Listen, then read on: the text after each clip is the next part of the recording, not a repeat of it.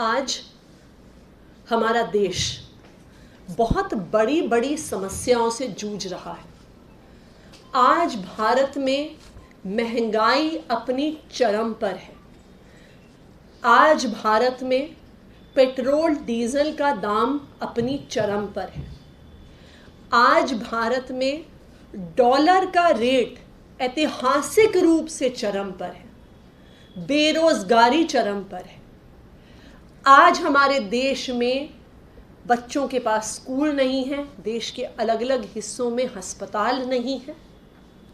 आज डेटा ये दिखाता है कि दुनिया में सबसे ज़्यादा आउट ऑफ पॉकेट एक्सपेंडिचर शिक्षा पर और स्वास्थ्य में भारत में हो रहा है। आज हंगर और मैल न्यूट्रिशन के इंडेक्स में 125 देशों में से भारत 116वें नंबर पर है। सिर्फ अफ्रीका के कुछ सब सहारन देश भारत के बाद हंगर और मैल न्यूट्रिशन के इंडेक्स पर आ रहे हैं। इस विकट परिस्थिति में पूरे देश की प्रधानमंत्री से अपेक्षा है कि प्रधानमंत्री नरेंद्र मोदी जी इन समस्याओं का समाधान करेंगे। देश की अपेक्षा है कि जब इतनी महंगाई है, बेरोजगारी है, डॉलर का दाम, पेट्रोल का दाम, हर चीज बढ़ती जा रही है, तो प्रधानमंत्री नरेंद्र मोदी जी ऐसी पॉलिसी बनाएंगे, ऐसे सॉल्यूशंस निकालेंगे कि देश की इन समस्याओं का समाधान हो सके, लोग अपनी परेशानियों से बाहर निकल सके, कि भारत देश का विकास हो सके। लेकिन आज देश के प्रधानमंत्री आदरणीय नरेंद्र मोदी जी क्या कर रहे हैं? उनका ध्यान क्या महंगाई पर है? उनका ध्यान क्या बेरोजगारी और शिक्षा और स्वास्थ्य की व्यवस्था पर है? नहीं, उनका ध्यान सिर्फ एक और एक चीज पर है कि कैसे जो उनकी विरोधी पार्टियां हैं, जो दूसरे दल की राज्य सरकारें हैं, उनको साम दाम दंड भेद से कैसे गिराया जाए। हम ये देश भर में देख रहे हैं कि किस तरह से अभी महाराष्ट्र में हमने देखा कि शिवसेना को तोड़कर भारतीय जनता पार्टी ने कैसे सरकार बनाई। हमने उससे पहले गोवा में देखा, कर्नाटका में देखा, मणिपुर में देखा, राज्य दर राज्य में हमने देखा कि किस तरह पार्टियों को तोड़ तोड़ कर भारतीय जनता पार्टी अपनी सरकारें बनाने की कोशिश करती है। क्या है भारतीय जनता पार्टी का और प्रधानमंत्री जी का मोडस ऑपरेंडी? क्या है उनका सरकार तोड़ने का तरीका? उनका सरकार तोड़ने का सबसे बड़ा हथियार है उनकी केंद्र सरकार की एजेंसियां। तो क्या फॉर्मूला फॉलो करते हैं प्रधानमंत्री मोदी जी? क्या फॉर्मूला फॉलो करती है उनकी केंद्र सरकार? फॉर्मूला बहुत सिंपल है। जिस पार्टी को तोड़ना है, जिस सरकार को तोड़ना है, जिन नेताओं को तोड़ना है, सबसे पहले उन पर केंद्र सरकार की अलग अलग एजेंसियों को छोड़ दो। उनके ऊपर सीबीआई का केस करो, उनके ऊपर ईडी का केस करो, उनके ऊपर इनकम टैक्स का केस करो। जो भी सरकारी एजेंसी आपके पास है उनका केस करो। उसके बाद भारतीय जनता पार्टी जाके उनके नेताओं को ऑफर देती है कि भारतीय जनता पार्टी में आ जाओ, सारे केस बंद हो जाएंगे।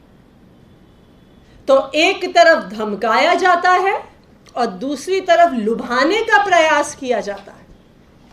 हमने देखा कि किस तरह महाराष्ट्र में भी यही हुआ कि महाराष्ट्र की रूलिंग कोalition के अलग अलग नेताओं पर सीबीआई के, ईडी के तरह तरह के केस हुए और फिर उन केस की धमकियों को यूज करके शिवसेना के विधायकों को तोड़कर एक नई सरकार बना दी गई, जिसमें एक शिवसेना के फॉर्मर एमएलए अब चीफ मिनिस्टर बन गए।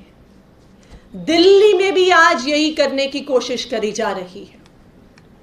जो ये केस दिल्ली के उप मुख्यमंत्री मनीष सिसोदिया जी पर हो रहा है, ये भी एक कोशिश है आम आदमी पार्टी की, अरविंद केजरीवाल जी की सरकार को तोड़ने की।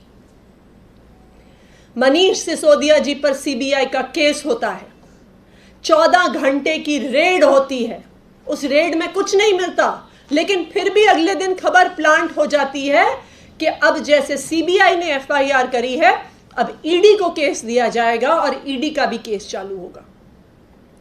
जैसे ही सीबीआई की एफआईआर की, ईडी की एफआईआर की एक तरफ से धमकियां आती हैं, दूसरी तरफ भारतीय जनता पार्टी के नेता मनीष सिसोदिया जी को अप्रोच करते हैं और अप्रोच करके कहते हैं कि भारतीय जनता पार्टी में आ जाओ, भारतीय जनता पार्टी में आ जाओगे तो सारे केस बंद कर दिए जाएंगे।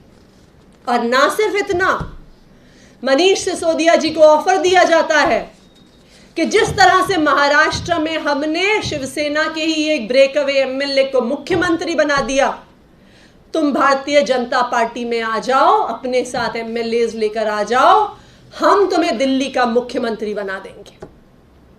ये कोशिश कर रही है भारतीय जनता पार्टी।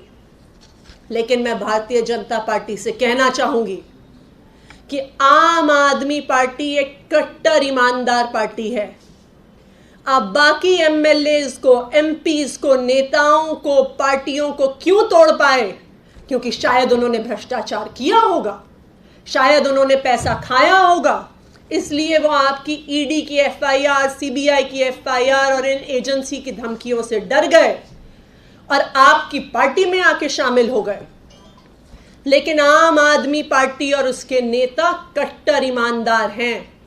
ना आज तक हमने एक पैसे का भ्रष्टाचार किया है, ना एक पैसे का भ्रष्टाचार करेंगे। तो चाहे धमकियां हो, चाहे लुभावने के प्रयास हो, आम आदमी पार्टी उसमें आने वाली नहीं है। मनीष सिसोदिया जी ने सीधा जवाब दिया भारतीय जनता पार्टी वालों को कि मैं कट्टर ईमानदार हूं, मैं भारतीय जनता पार्टी जैसी भ्रष्ट पार्टी में जाने का सोच भी नहीं सकता। मैं अरविंद केजरीवाल का सिपाही हूं और मुझे पता है कि अगर देश में एक नेता है जो भारत को, दुनिया को नंबर 1 पर लेके जा सकता है तो वो अरविंद केजरीवाल है। तो चाहे आप मुझे जेल में डाल दो, चाहे आप ईडी का केस कर दो, चाहे आप सीबीआई का केस कर दो, मैं आम आदमी पार्टी छोड़ने वाला नहीं हूं। भारतीय जनता पार्टी का ये मोडस ऑपरेंडा है। भारतीय जनता पार्टी की ये वॉशिंग मशीन सिर्फ पहली बार यहां पे नहीं चलाने की कोशिश है। ये तो भारतीय जनता पार्टी का एक ट्राइड एंड टेस्टेड फॉर्मूला है, जहां पे देश भर में अलग अलग पार्टियों के नेताओं को वो धमकियां देते हैं, ईडी के केस शुरू कराते हैं, सीबीआई के केस शुरू करवाते हैं, फिर उनके साथ डील हो जाती है कि भारतीय जनता पार्टी में आ जाओ, भारतीय जनता पार्टी की वॉशिंग मशीन में धुल जाओगे। भारतीय जनता पार्टी की वॉशिंग मशीन में धुल गए तो उसके बाद सारे केस खत्म।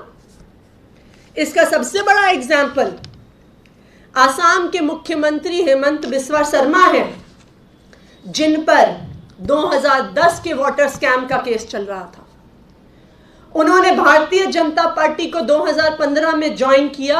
आज भारतीय जनता पार्टी के आसाम के मुख्यमंत्री हैं। आज वाटर स्कैम का नामो निशान खत्म हो गया। आज वाटर स्कैम की कोई बातचीत नहीं, कोई इन्वेस्टिगेशन नहीं, कोई रेड नहीं।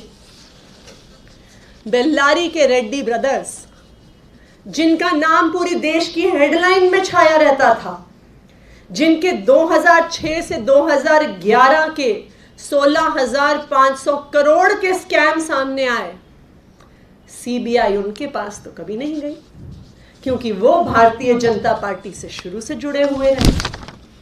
नारायण राणे, जिन पे 2016 में मनी लॉन्ड्रिंग के केस, लैंड स्कैम के केस, सीबीआई और ईडी ने उन पर केस किए। 2019 में उन्होंने भारतीय जनता पार्टी ज्वाइन कर ली। आज भारतीय जनता पार्टी से राज्यसभा के सदस्य हैं। भारतीय जनता पार्टी के वॉशिंग मशीन में साफ हो गए। सीबीआई और ईडी ने सवाल जवाब करना बंद कर दिया। सीबीआई और ईडी ने रेड करनी बंद कर दी।